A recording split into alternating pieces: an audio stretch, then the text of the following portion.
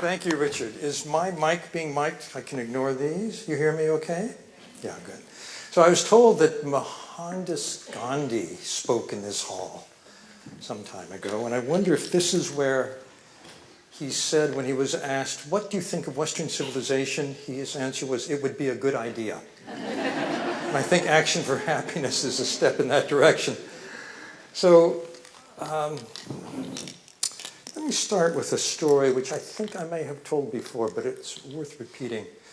It's actually a very well-known experiment in psychology called the Good Samaritan study.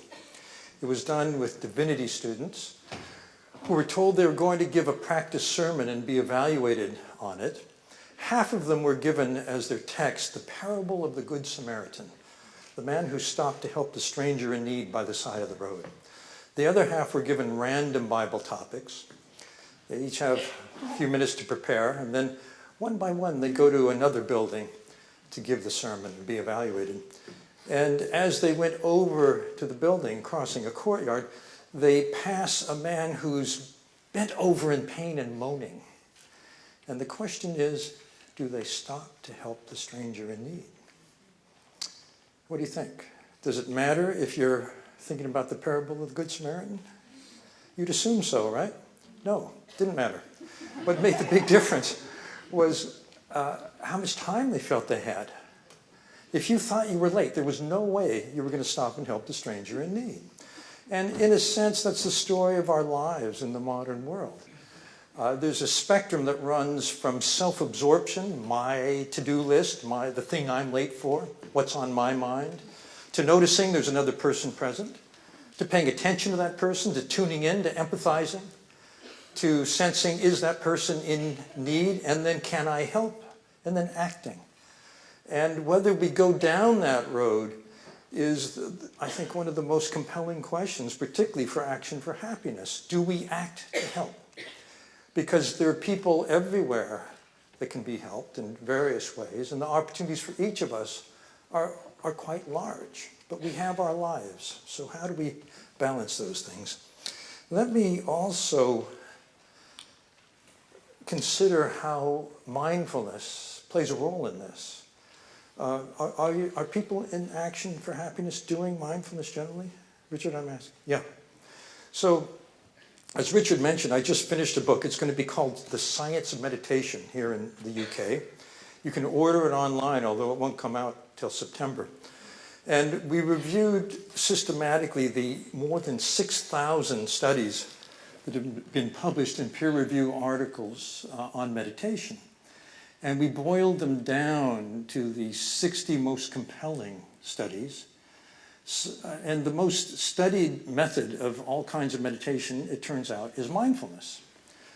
And the results are quite encouraging. But first, I have to confess to having spread some neuromythology, starting in that book, Destructive Emotions. You may have heard that mindfulness shifts the brain from the sector of negative emotions to positive emotions. Did anybody ever hear about that study? Oh, good. Very few. It turns out it's not necessarily true. And one of the things we were doing in the book is kind of cutting through the hype. It turns out I just was at a business summit this morning, and many, many people are selling mindfulness to business. God bless you, Alex. This is my caffeine. Jet lag. So, where was I?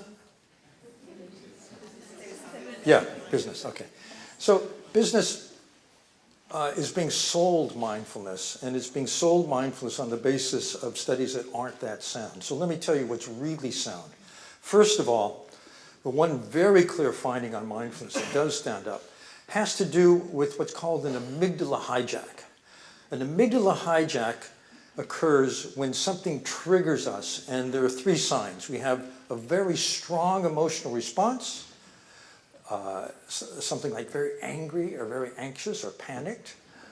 It's very quick, very sudden, And the third sign is that after the dust settles, we wish we hadn't done what we did. Why did I say that? Why did I do it? I'm sure it never happens here. You're all in action for happiness, right? So amygdala hijacks. The amygdala is the brain's radar for threat. Right now, our amygdala is asking us, am I safe? And if the answer is no, then it triggers a hijack of the prefrontal area. The prefrontal area is the part of the brain that is mindful, that comprehends, that analyzes, that makes good decisions, that learns. And if we're hijacked, the prefrontal cortex is paralyzed. And it's taken over by the amygdala, which just wants to do whatever we need to do to survive. Is anybody here old enough to remember when television had something called static? That's what the amygdala sees, it's a staticky picture of what's going on. And because its role in evolution has been to help us survive, it would rather be safe than sorry. So it errs on the side of, we better respond now, just to be safe. And it's responding today to symbolic realities, not biological threats. So we get, in a situation where, say, we think we're being treated unfairly, and it triggers a hijack.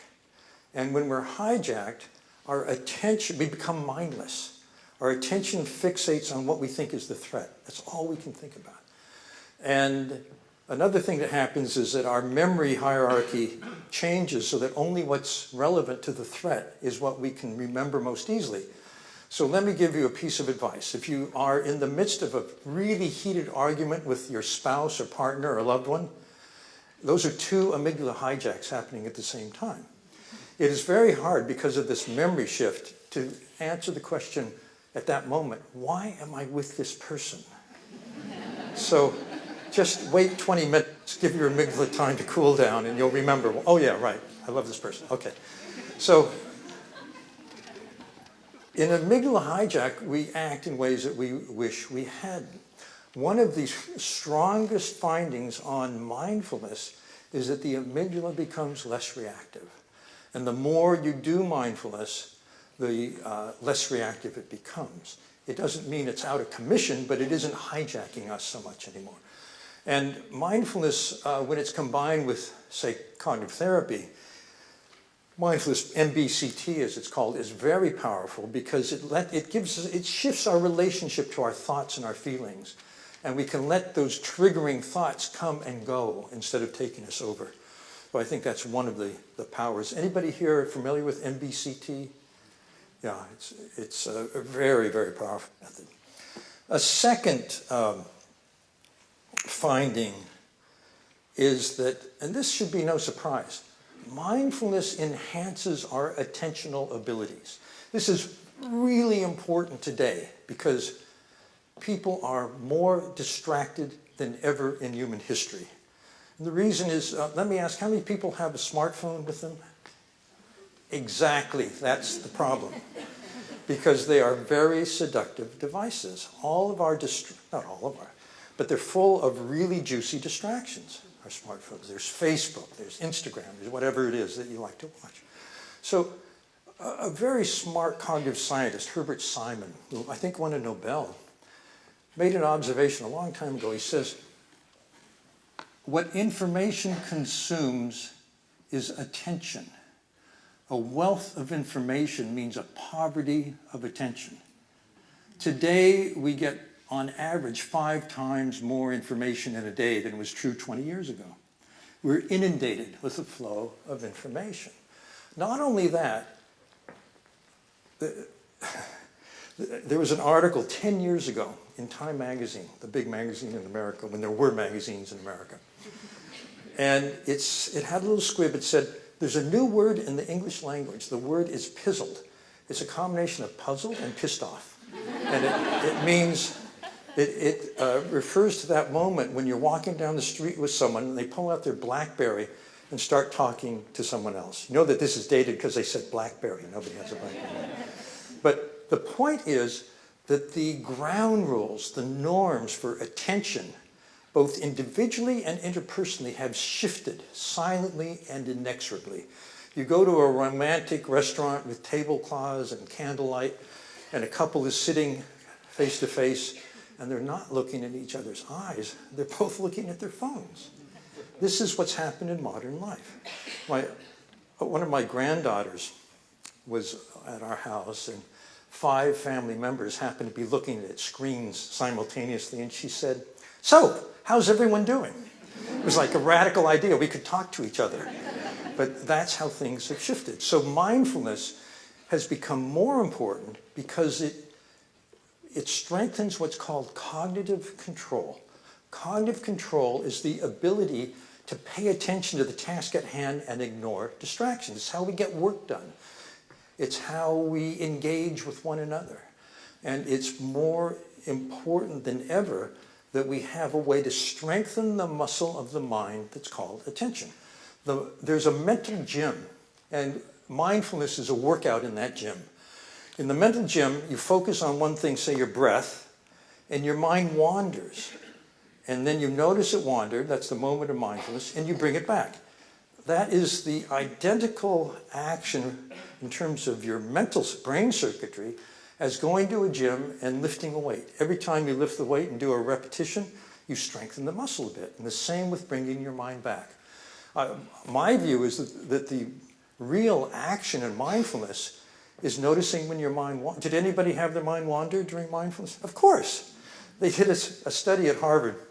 They gave people an app for their phones, and it rang them at random times day and night, and it asked 2 questions. What are you doing now, and what are you thinking about? The gap between them, those 2 things, of course, is whether you're paying attention now, you're mindful, or not. 50% of the time, our minds are wandering. They're wandering 90% when we're commuting, when we're in front of a video monitor, and when we're at work. I don't know about you, but those other people at work. So it wanders least 10% of the time, according to this data, during romantic moments. But who would answer an app like that during a... I doubt that data. But anyway, so the mind is wired to wander. The article title is "A Wandering Mind is an Unhappy Mind," because it turns out that where the mind tends to wander is what's bothering us, particularly in our relationships. So we tend to think about, why didn't she invite me to the party? Why didn't he answer my email? Why did they say this to me? The things that are troubling us are on our mind. So mindfulness is a real move toward mental health in the sense that you have more freedom of choice in what you think about. So that's another factor in mindfulness. And cognitive control itself is extremely important. I don't know if you know the Marshmallow Test. It's a famous study in psychology. They did it at Stanford with 4-year-olds from the preschool. They brought them to a room, they sat them down at a little table, put a big juicy marshmallow on the table, and they said to the child, "You can have this now if you want, but if you don't eat it till I come back from an errand, you can have 2 then." And then the experimenter leaves the room, and that poor child is stranded there with a marshmallow. And about 1/3 of them grab it on the spot, they just can't stand it, and about 1/3 wait the endless 7 or 8 minutes, and they get 2. The payoff for this finding comes 14 years later when the kids are tracked down, and it turns out that the kids who grabbed, compared to the kids who waited, don't get along as well with their friends, still can't delay gratification in pursuit of their goals. That's what a direct test. And on the college admission exam, out of 1,600 total points, the kids who waited had a 210-point advantage. It's a huge difference. So cognitive control is really important. There was a study done in New Zealand where they tracked kids from 4 to 8. They measured cognitive control. They did it with a Marshmallow Test, several other converging measures. Tracked them down at 32. The strongest predictor of good health and financial success was cognitive control in childhood. It was not your IQ, and it was not the wealth of the family you grew up in. This is something that is independent of those very powerful effects. I was in Manhattan visiting a school, where, in a very impoverished area, it's called Spanish Harlem. And the kids there, 7- and 8-year-olds, had something they did every day. It was called belly buddies. They'd go to their cubby and get their favorite stuffed animal and find a place to lie down on a rug and put the animal on their belly and watch it rise on the in-breath, fall on the out-breath. 1, 2, 3 on the in-breath, 1, 2, 3 on the out-breath. That is an age-appropriate lesson in mindfulness. And in that school, those kids, half of whom had what are called special needs, learning disabilities, hyperactivity, autism, so on. I thought the class would be totally chaotic. It was very calm, and the kids were very focused. And the teacher said, it's because of belly buddies.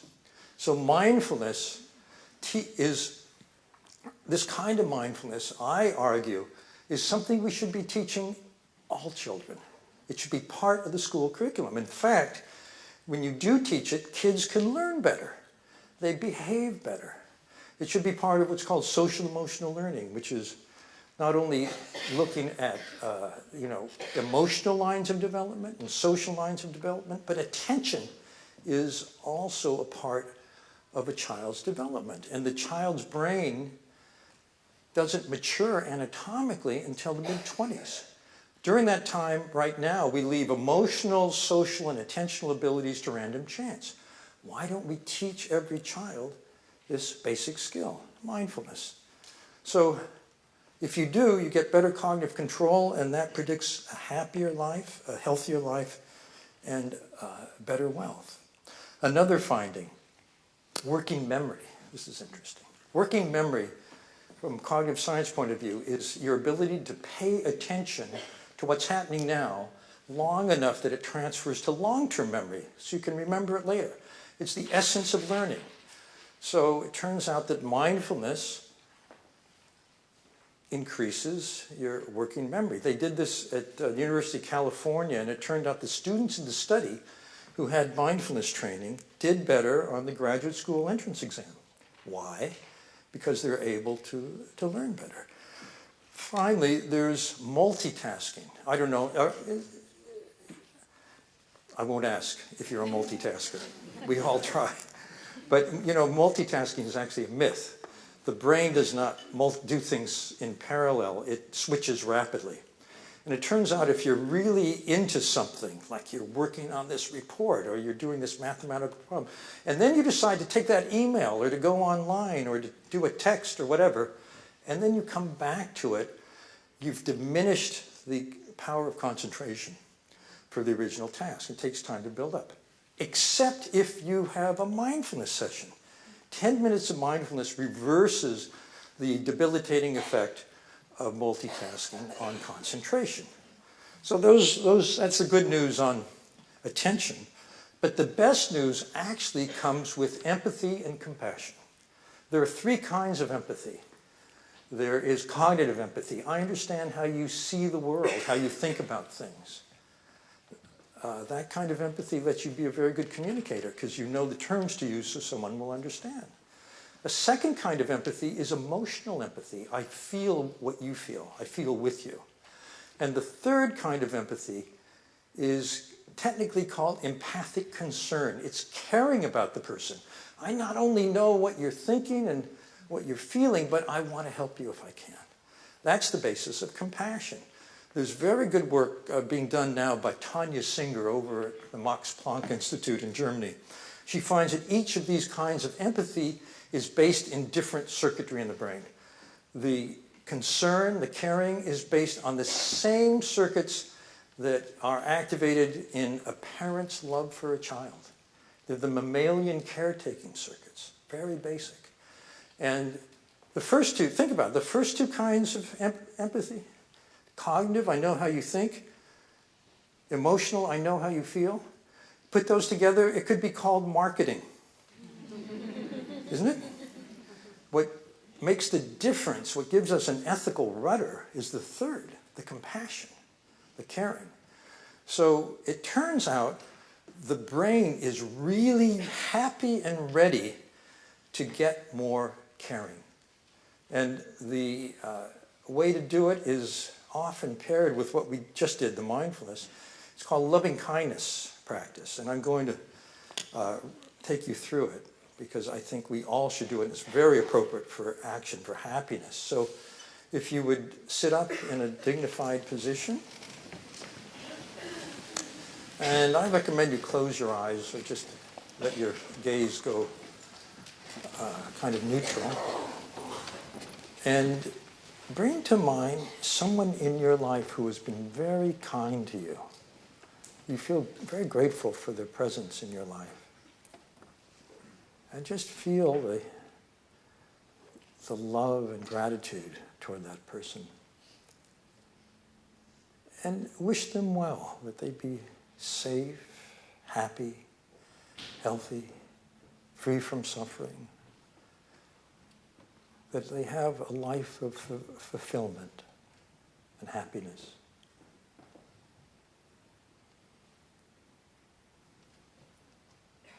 And then think of yourself in the same way and wish for yourself that you be safe, happy, healthy, free from suffering,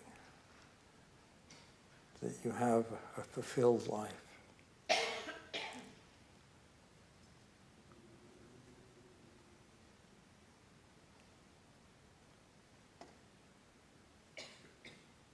And now bring to mind the people you care about most, your loved ones.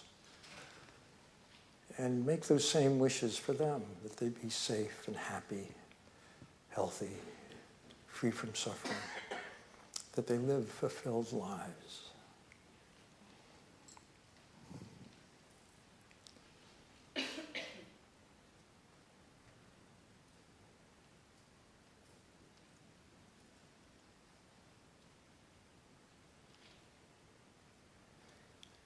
And now, make those same wishes for everybody in this city, everyone throughout London, throughout Great Britain, throughout Europe, throughout the world. Extend the wish to everyone everywhere, that they be safe, happy, healthy, free from suffering, that their lives be fulfilling.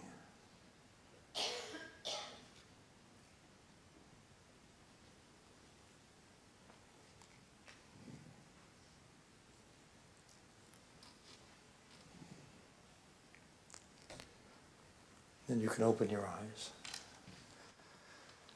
So that's a simple method, and it turns out to be a psychoactive technique. It strengthens the circuitry for caring and compassion.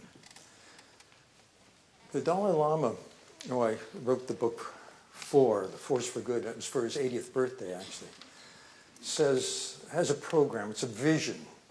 Here's what he would love people to do. This is the best present you can give me, he says. And by the way, if you want to know more about it, there's a website called Join a Force for Good. And the 4 is the number 4, Join a Force for Good. But he says there are basically 3 steps. The first is to compose yourself. Be mindful or MBCT, whatever helps you be calm and clear. The second is adopt an attitude of compassion. It's an ethical outlook. It's a predisposition to help. And then the third is to act now in whatever way you can. And he has a map. He says there are 4 or 5 areas where action is really needed.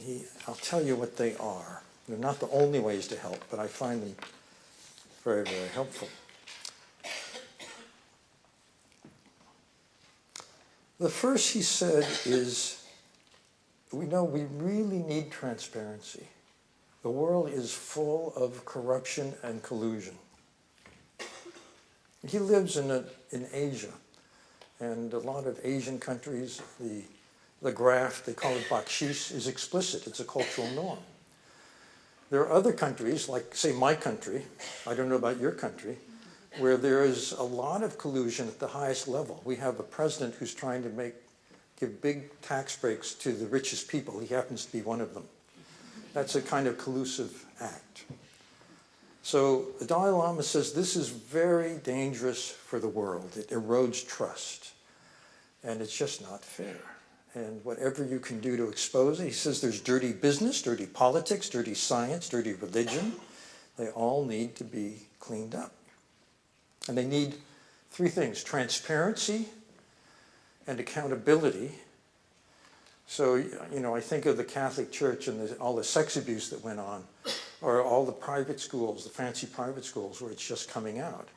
There was no transparency and no accountability. Now there's transparency. Next step is make people responsible for their actions. And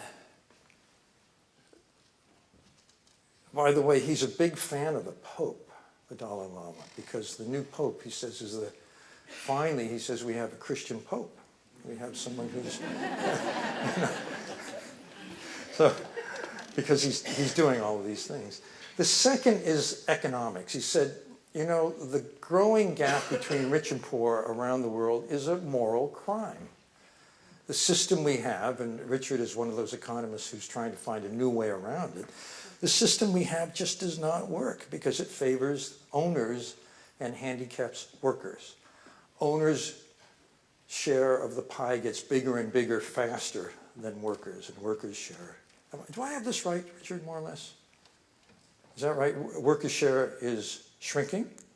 Yeah. Yeah. Okay. I just want to check. He's an expert. Yeah. And he says not only do we need to reinvent the economy, but we need businesses that operate for the good, not just for profit. And I was talking to him about a bakery in New York that was started by a Zen teacher whose Zendo was in a very poor neighborhood in an area called the Bronx. And he wondered what they could do to help people in the neighborhood. And they realized that the neighborhood was full of, you know, single moms on welfare and, you know, ex-felons who couldn't get any job of any kind. So they decided to start a bakery. And do they have Ben & Jerry's ice cream in this country? If you've ever eaten Ben & Jerry's chocolate fudge brownie flavor, which I recommend, the brownies in that ice cream come from the Greyston Bakery in the Bronx. This bakery supplies, they send 2 truckloads of brownies up to Vermont every day. The motto of the Greyston Bakery is, we don't hire people to bake brownies, we bake brownies to hire people. It's a new business model. Sometimes it's called a B corporation, which means in the very charter of the company, it's not just for stockholders' interest like ordinary corporations, it also has a mission, an environmental or social or compassionate mission. And the shareholders want to see that mission fulfilled as much as they want to make money. So it gives a dual responsibility to the people operating the company. And then there's, you know, many corporations have what's called corporate social responsibility. The one that surprised me is Unilever. I'll tell you a story about Unilever. It's a big company here, right? Unilever was founded by a guy who was a son of a bitch. He was a robber baron who was known and hated throughout the Netherlands and Belgium because in the late 19th century, this, I have to tell you, it was his own grandniece who told me this. I met her. She said everybody hated him because he claimed he had a patent on margarine, which was like a big new discovery in the late 19th century. And he put everyone else who was a competitor out of business. And he ended up owning all those companies. He unified all the margarine makers in Benelux through strong arming, basically. He had a company called Uni, U-N-I-E in French. And he realized that the main ingredient in margarine at the time was palm oil, and that he could have an economy of scale if he would combine with a soap maker. And there was a lever in Britain making soap. So they joined forces. That invented Unilever. Fast forward several decades. That was the foundation of Unilever. A friend of mine is coach to one of the co-CEOs of Unilever. At the time they bought Ben & Jerry's. Did you know that? Unilever owns Ben & Jerry's. Why did they buy Ben & Jerry's? Because they wanted the idealistic DNA of Ben and Jerry's to infect Unilever. That was the strategy. That was the hope. Now, Richard and I were a couple years back at Davos, the World Economic Forum. Another guy who was there was Paul Polman, who's the CEO of Unilever. He announced there that they had a number of corporate goals. One of them was not only a drastic reduction in carbon footprint, another was to incorporate 500,000 small farms in the third world into their supply chain.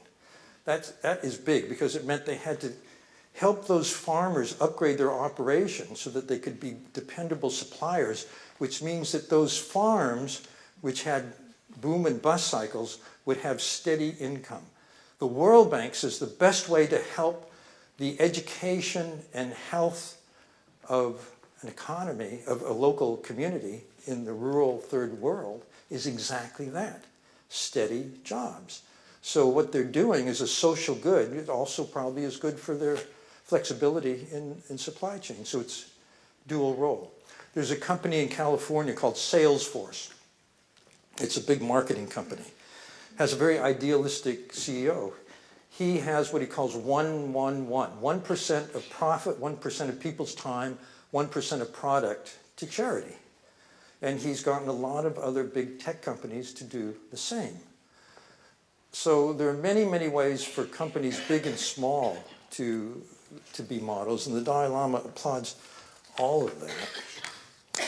A third, and this is one that I think is probably done a lot here in this community, the Action for Happiness community, it's helping out people in need, and whatever that need may be. But the Dalai Lama says something interesting. He says something that other people are saying too, which is the best way to help people in need is to help them help themselves, if you can find a way. You know, teach a skill or whatever. Grayston Bakery is a good model. Another one is the us and them thinking, which is created divides around the world and is always the cause of war. What we did is a big challenge. When we went from compassion and wishing well people we love toward neutral people, other people in London, and people everywhere, that also includes some very unpleasant people. It may include people across that divide, whatever divides we personally may have. But he says that is the key step, that if we had the sense of oneness of humanity, we wouldn't have these troubles between groups. He really lives it. I've seen this.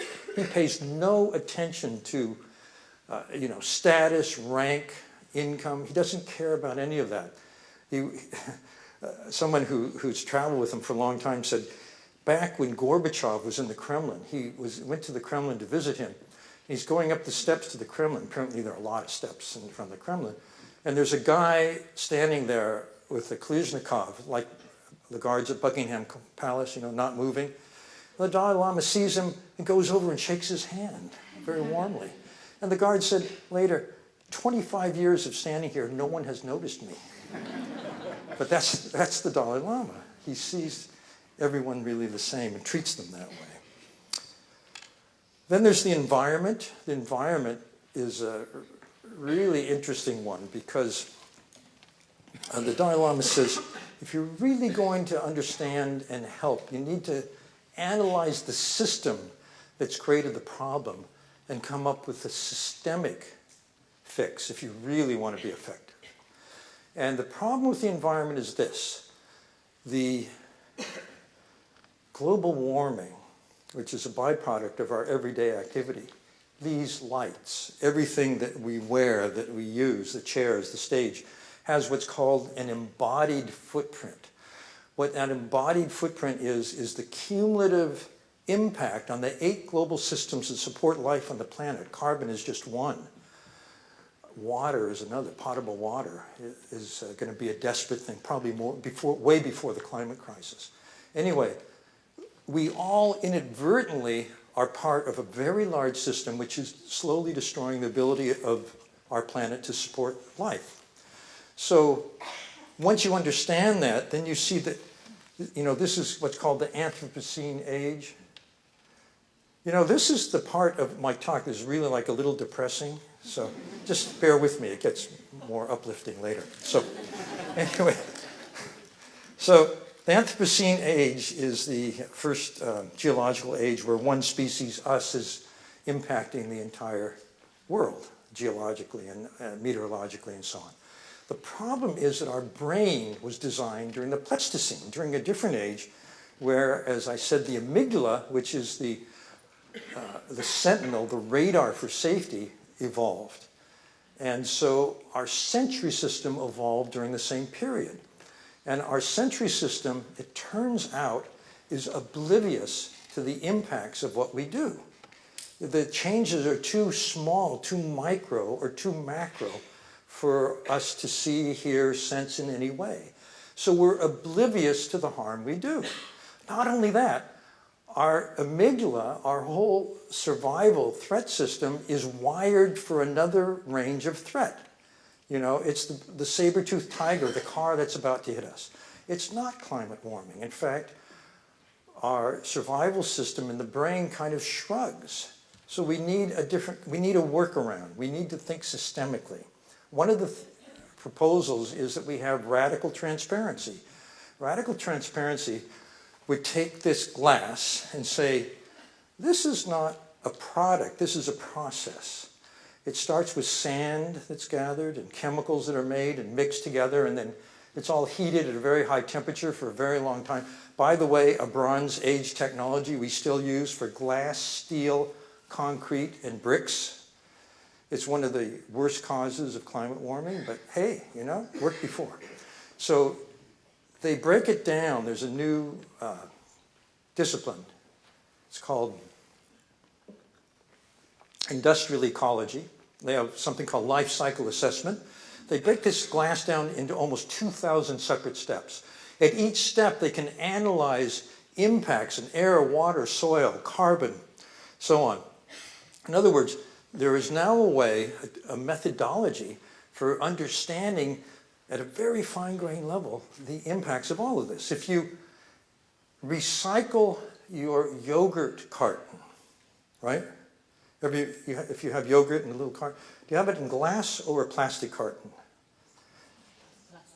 Plastic carton. Okay, so you can feel good by recycling your yogurt carton. Do you know how much of the carbon impact you remediate by recycling your plastic yogurt cup? 5%. In other words, we are oblivious to the other 95%, which is mostly cows. Cows produce a lot of methane, which is even worse than carbon. And they do it because industrial farming gives them a kind of feed that their stomach is not used to.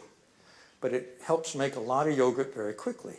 The other point is that whenever the earth is being degraded, pretty much someone is making money somewhere. So hand in hand with rethinking economics is rethinking environmental impacts. The bottom line is we not only need to reinvent systems, I think we need radical transparency about impacts because we as consumers could make very different decisions. And if we create a market force that favors the better way of doing things, then companies will start to shift.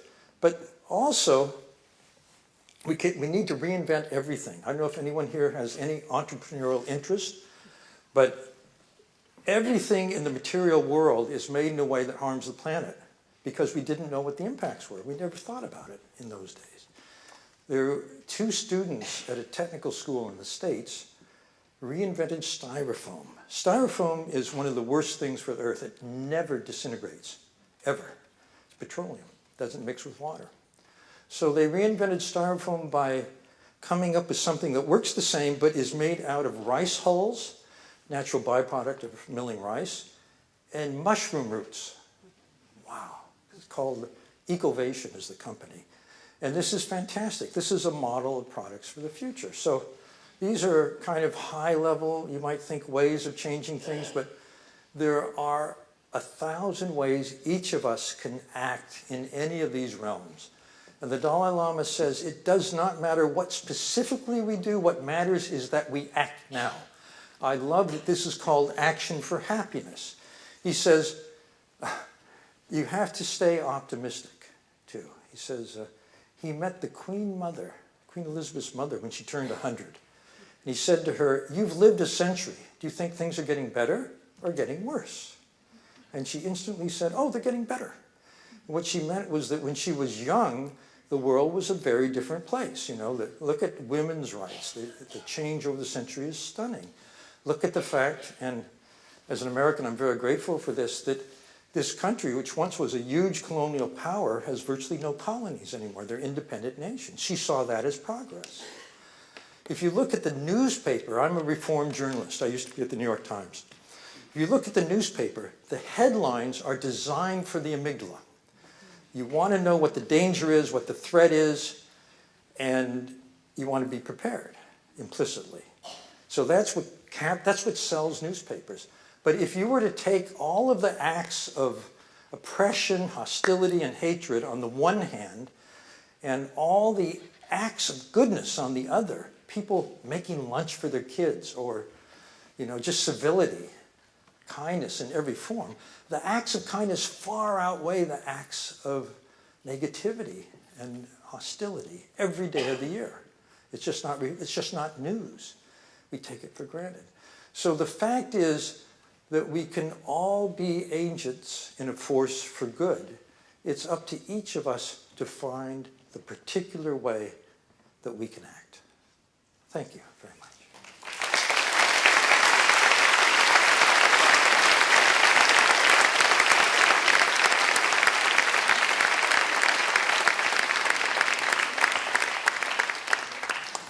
Dan, thank you so much. We've got time before we sort of act on this call to action, which we do want to very specifically do, to take some questions. So there's some microphones going around the audience. If you'd like to raise your hand to give us a show of where there may be some interesting questions, either on mindfulness and the science or on how we put this idea into practice for a happier world. I'm going to cheat and abuse my position slightly, Dan, by asking you the first question, which is, one of the things about meditation that often I hear as a criticism is this idea of there are so many things going wrong in the world. How is sitting still and being calm and not doing anything going to possibly help with that? Now, of course, you've already shown to some extent why that is a sort of flawed hypothesis. But you see quite a lot this idea that how will sitting there effectively doing nothing help change the problems we see around us? So first of all, you're not doing nothing. And second of all, do you exercise? Yes. Why?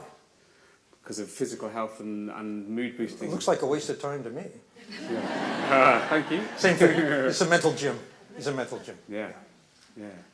So let's see. There's a gentleman here with his hand up. Anyone else raising their hand at this stage? And there's one over there with Jade. Okay, let's start here. Thank you very much, Dr. Goleman.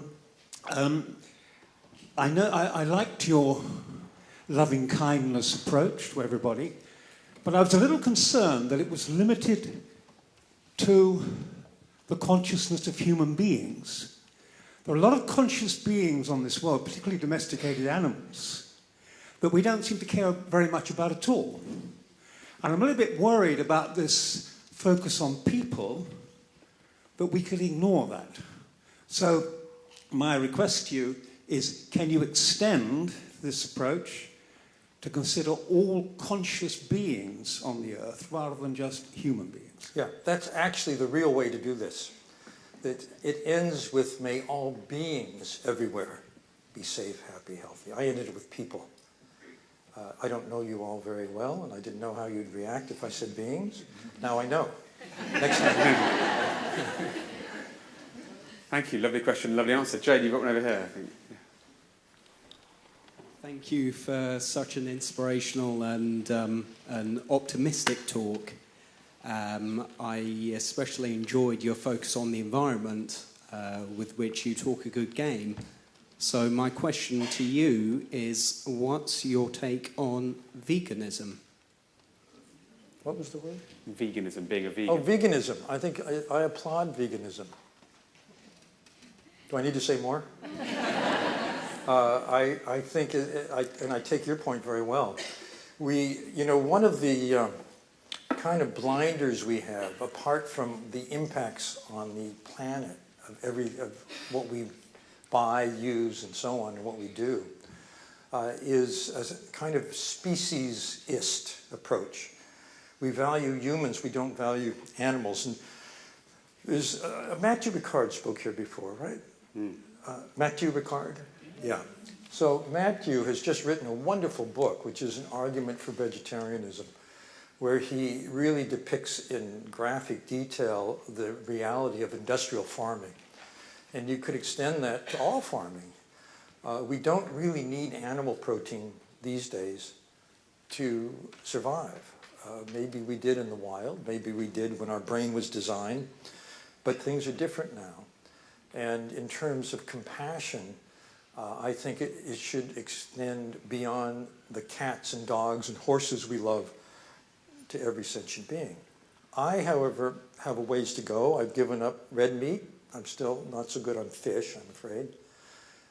And my granddaughter is vegetarian, not a vegan. There you have it. Thank you. So let's identify a couple more. So Guy, there's one next to you here, and then we'll come and take this one in the front row, and then we'll take some from further up.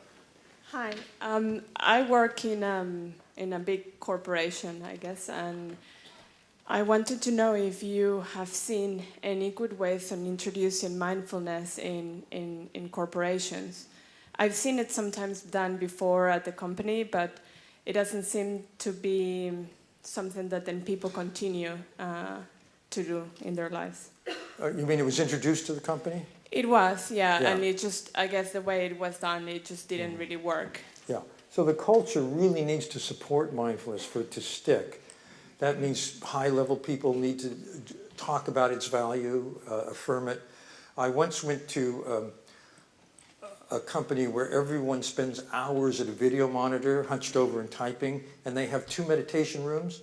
I was told that if you were seen using those rooms too much, you'd be fired. So you have to really understand that the culture, I'm working on an initiative to try to help companies change culture to support that kind of activity for well-being, but we have a long way to go. However, as I was telling Richard at dinner, 20 years ago when I wrote a book called Emotional Intelligence, they said you cannot use the word emotion in business. And now it's like a hot, leadership thing, emotional intelligence. Cultures change. Cultures change. Thank you. Let's come down here.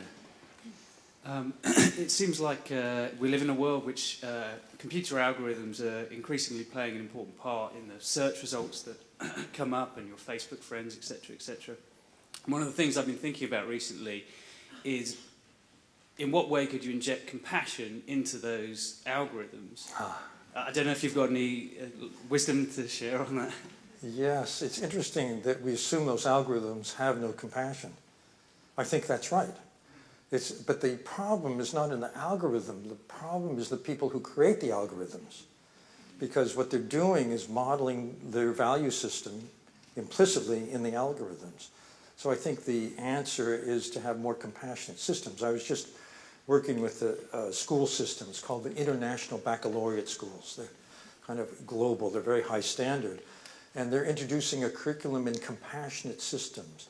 I didn't mention it, but the last area the Dalai Lama really encourages people to think about is education. Helping kids learn these values, learn these skills early in life, including compassion. So they'll go through life making decisions and acting in ways which create a better world. And I think that's a place to start. Google is another place, but...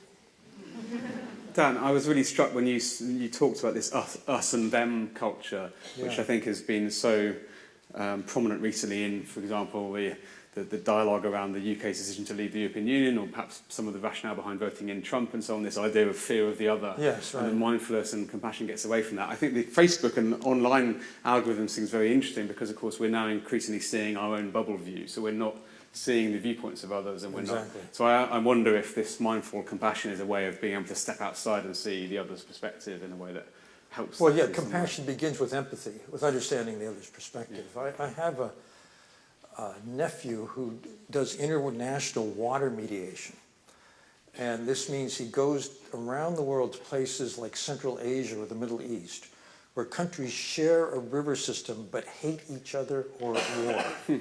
And in order to survive, they need to manage that water system cooperatively. So he starts the meeting. People come in the room with the attitude, us and them, and we want ours. And he starts not by asking people what their position is, but what's the spiritual meaning of water in your culture? In other words, he starts with a commonality, with an emotional valence everyone shares, and then works from there.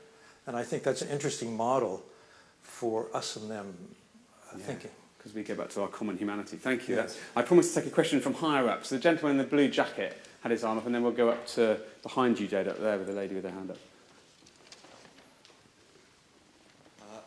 I wonder if you could say anything about the what the research has shown is the limitations of mindfulness, and by that I mean maybe some of the assumptions we may have made about mindfulness that have subsequently been proved not to be the case. Well, I think that in some ways, particularly in the business world, mindfulness is overhyped. That is, that the claims made go beyond what the research actually shows. And when I reviewed the findings, those are the ones that have held up most strongly. I don't know what those claims are, nor do I want to point fingers, but I know that there are many results of mindfulness that are sold, which actually are not well supported by research so far.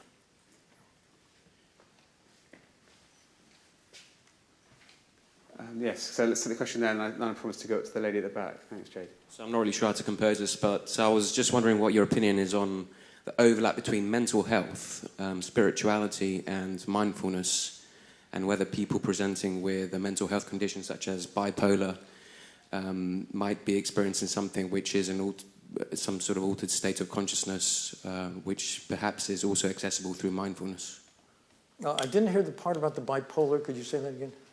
Whether people who are exhibiting something like bipolar, and in a manic phase are actually perhaps also accessing perhaps aspect of mindfulness in one regard. Yeah. So a manic phase can be feeling very energetic and happy, or very angry, actually, too. It doesn't necessarily look like mindfulness. But I think the general relationship between mindfulness, well-being, and mental health is positive correlation, except when you come to biologically based disorders like autism, like schizophrenia, or like bipolar disorder. And then a different dynamic is at work. And there was just one other angle in the question about whether there's a link to spirituality there, Dan, as well. Spirituality. So whether there's any kind of connection between mental well-being or indeed mental ill-being, and whether that's related to spiritual... So I would say that spirituality, a sense of mystery and larger meaning in the universe, is also positively correlated with well-being. Mindfulness may or may not be connected with that. Mindfulness is taught here in the West in a very secular fashion. In the East, it's taught within a spiritual context. But, I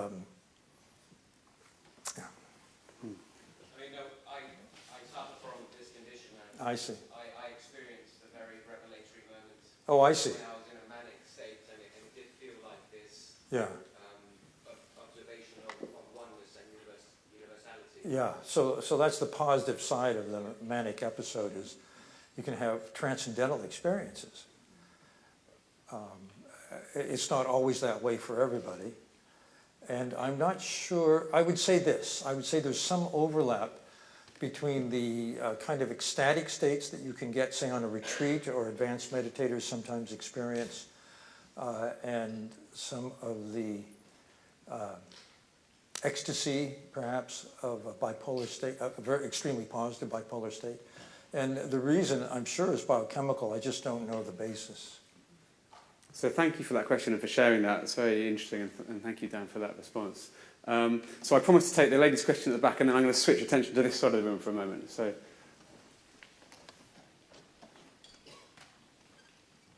Thank you very much for an amazing lecture this evening. My interest is basically in memory training, and my question is with regards to people who suffer from minor memory issue. I'm talking about short-term memory and Alzheimer's. Would mindfulness be appropriate and help in those particular situations? Yeah. Thank you very much. So there's, as yet, no well-designed study that suggests directly that mindfulness training would help delay the onset of Alzheimer's symptoms. Alzheimer's symptoms are largely, again, biologically caused, plaque in the brain and so on. There is some sign, I mentioned one, that mindfulness enhances working memory. In other words, and if that were true, and if you could bring that to pre-Alzheimer's people, I would suspect it would slow the onset. Yeah. So let's switch over to this side. I just saw this gentleman with the blue jacket on with his hand up, and then I'll take one over there with you, Jake, as well. Thank you. Mine was just a comment to help the person who asked about corporations, is that Richard and Tessa have created in Parliament an all-party parliamentary group on mindfulness, and 150 MPs and Lords and 250 staff there have done an 8-week course on mindfulness, and it makes a difference in terms of the interaction in that place. So I just thought you should know. Wonderful. Thank you, Richard.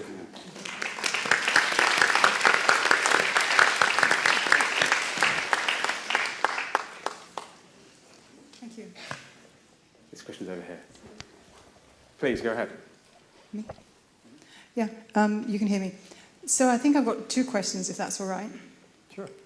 The first one is about taking mindfulness, and mindfulness as I know it is about being present in the moment, being aware of your senses in a non-judgmental way, and often it connects to nature as well.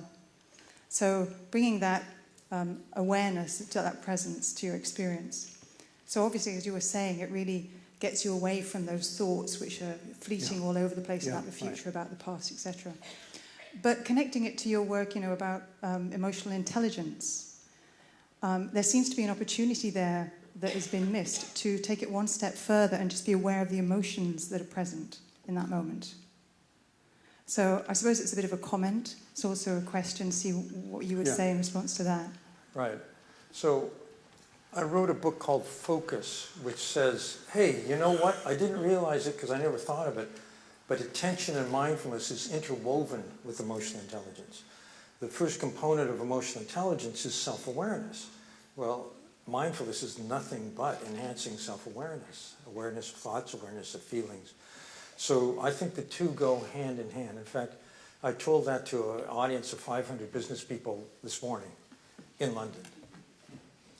I agree with you 100%. Yeah. Second question. Yeah. The second question is about mindfulness and transcendental meditation. Uh-huh. I practice TM for short, and have done for a number of years, and find great benefits from it. Sure. And I think for me, the way I see mindfulness is it's coming at, it's a very fashionable thing, so people engage in it, and it's popular, and it's doing a lot of good in the world. But it seems that TM has a lot more research into it and can actually take us to the next level. So I don't know if you have any experience with TM or how you relate it to mindfulness. Yeah, I actually went to a TM teacher's training course. I did TM for several years before I went to India. And then I wrote a book, which I'm a little embarrassed by now, called The Meditative Mind. I'm embarrassed because I didn't know what I didn't know. But I think TM is a very powerful technique.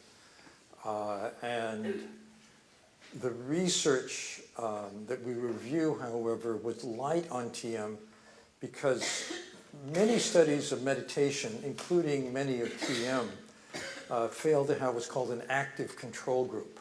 An active control group means someone who is just as positive and enthusiastic about a method which they practice for just as much time, but which does not influence attention, mindfulness, or concentration. TM, as I remember, you start your mantra and then your mind wanders, you gently start the mantra again.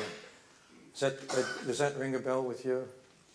Yeah, you allow yourself to come back. As you were saying with the mindfulness exercise, you just allow yourself to come back to the mantra. So in a sense, it's a functional equivalent, from my way of thinking, to mindfulness, although we could have a longer discussion about that. Yeah.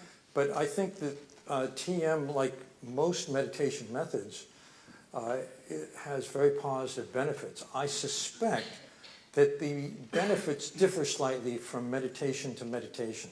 So it may be that the benefits of TM, when they're well researched, turn out to be a little different, but maybe overlapping with those of mindfulness.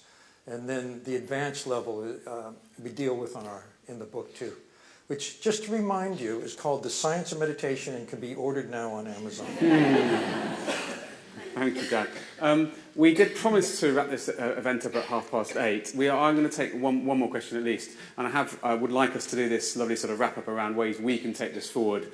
So please do stick around for that, because there's also something rather exciting to announce as well. But I wanted to just sort of get a sense of who's in the room on these two topics. So who here has got some form of mindfulness practice, does some kind of meditation, some kind of awareness focus? I mean, that's a tremendous percentage. So thank you for that. And then who here would say that they're also passionate about contributing to a happier world and this idea of social action and wanting to build a better world? So we've got the perfect audience here, Dan, in terms of these two themes. So thank you for addressing both of those so much. Could we... Oh,